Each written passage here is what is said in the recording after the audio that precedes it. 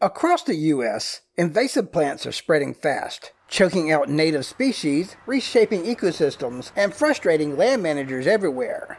But here's the twist. Some of them are delicious. Today, we're digging into 10 edible invasive plants, where they came from, how they got here, and how you can help restore balance with your fork.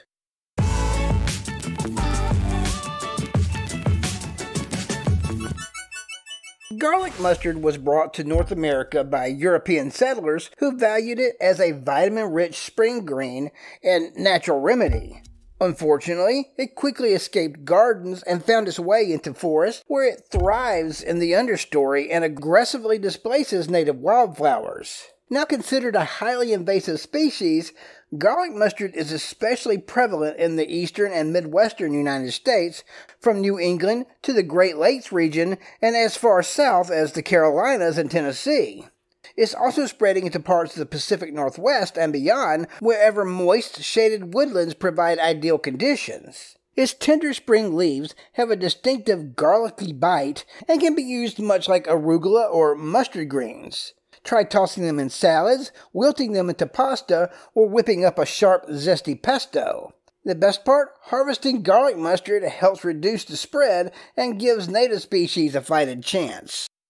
Originally introduced as a garden ornamental due to its attractive bamboo-like stalks and heart-shaped leaves, Japanese knotweed is now infamous for its destructive tendencies. Its deep rhizomes can tear up foundations, clog waterways, and are notoriously difficult to remove. Japanese knotweed thrives in much of the northeastern United States, the Pacific Northwest, and parts of the Midwest and Appalachians, especially in disturbed areas with moist soil like riverbanks, roadsides, and vacant lots. It's rapidly spreading in temperate regions across the country. However, in early spring, the young shoots are not just edible, they're quite delicious. Tart and juicy like rhubarb, they make excellent additions to crumbles, compotes, syrups, and pickles. Just be cautious not to spread the roots or discard them carelessly.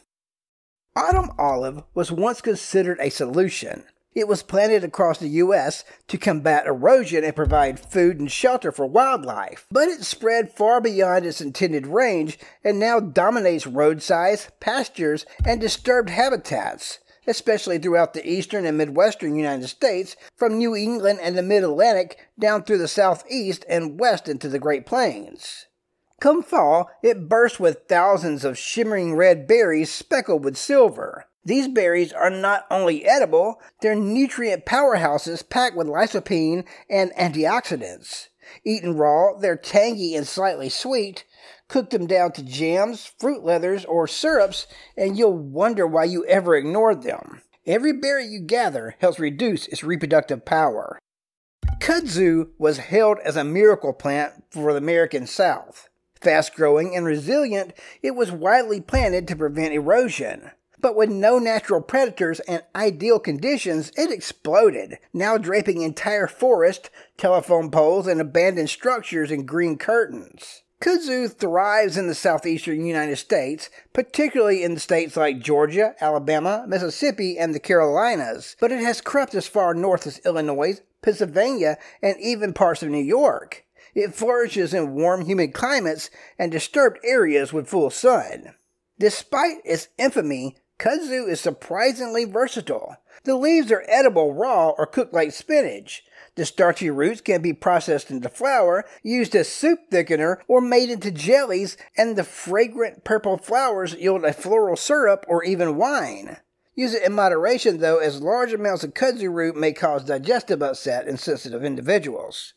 Introduced by famed botanist Luther Burbank for its fruit, the Himalayan Blackberry quickly escaped cultivation. With dense, thorny brambles and tenacious root system, it's now one of the most widespread invasive species on the West Coast, especially in Oregon, Washington, California, and British Columbia, but also found in parts of the Pacific Northwest, inland and beyond, wherever mild, wet winters and disturbed land give it an edge.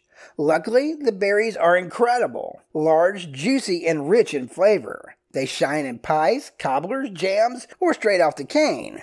Foragers can help by harvesting the fruit or even using the canes for basketry or fuel. Eat your fill and restore some space for native plants. Wild fennel now grows abundantly along roadsides, fields, and open spaces, especially in the coastal states like California, Oregon, and Washington. It is also naturalized in parts of the Northeast and Mediterranean-like climates across the southern U.S. Its feathery fronds, bright yellow flowers, and strong anise scent make it easy to spot and smell. Every part of the plant has culinary uses. The leaves can be chopped into salads, sauces, or seafood dishes. The seeds are sweet and pungent, perfect for baking or tea. The stalk can be braised like celery.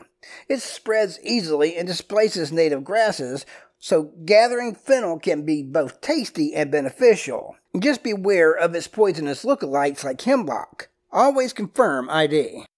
With its towering flower stalks and thick fuzzy leaves, mullein is a standout in dry meadows, hillsides, and roadsides across much of the United States. It thrives in all but the wettest or most heavily forested regions, especially in the west, southwest, Great Plains, and parts of the northeast. Wherever disturbed, sunny ground is plentiful. Early settlers brought it for its medicinal qualities, especially as a remedy for coughs and respiratory issues. The soft leaves can be steeped into teas or used as herbal poultices. The flowers are great for infusing into oils or syrups to ease sore throats. It's not as aggressive as some other invaders, but does colonize open ground quickly. Consider this one a helpful if pushy neighbor. Sometimes called wild spinach, lamb's quarters grows prolifically in disturbed soils, gardens, construction sites, vacant lots, even cracks in the pavement. It thrives across the entire United States from coast to coast, especially in temperate regions with rich or compacted soils.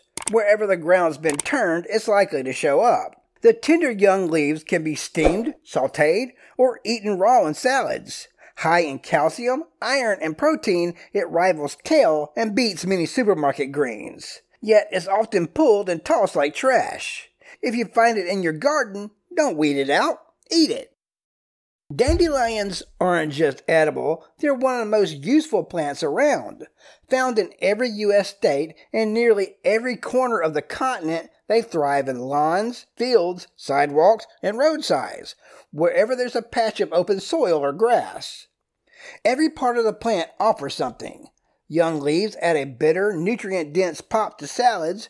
Roots can be roasted into a coffee alternative. Flowers can be made into syrup or wine. And pollinators love them. Dandelions bloom early, providing nectar when few other flowers are available, helping sustain bees and butterflies.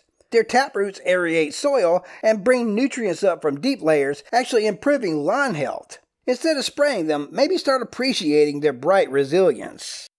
Also known as ground ivy, creeping Charlie forms thick mats that can overrun lawns, gardens, and shady spots, especially in the eastern and central United States, from New England and the Midwest down through the South. It thrives in moist, shaded areas and disturbed soils, making it a persistent presence in suburban lawns and woodland edges alike. But before you curse it, try tasting it. It has a mild, minty flavor and was once used in beer brewing before hops became standard. It makes a delicate tea and can be added fresh to salads or cooked into greens. Harvest it before it takes over, and you might find a new appreciation for this lawn lurker.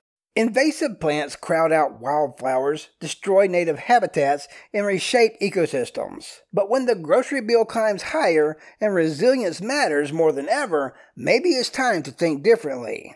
Maybe the best tool against an invader is a fork. So forage wisely, learn what grows near you, share what you gather, and remember, even the plants that don't belong here might have something worth savoring. Subscribe to Edible America for more foraging tips, recipes, and food sovereignty stories.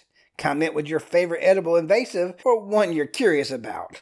Until next time, keep your eyes open and your roots deep.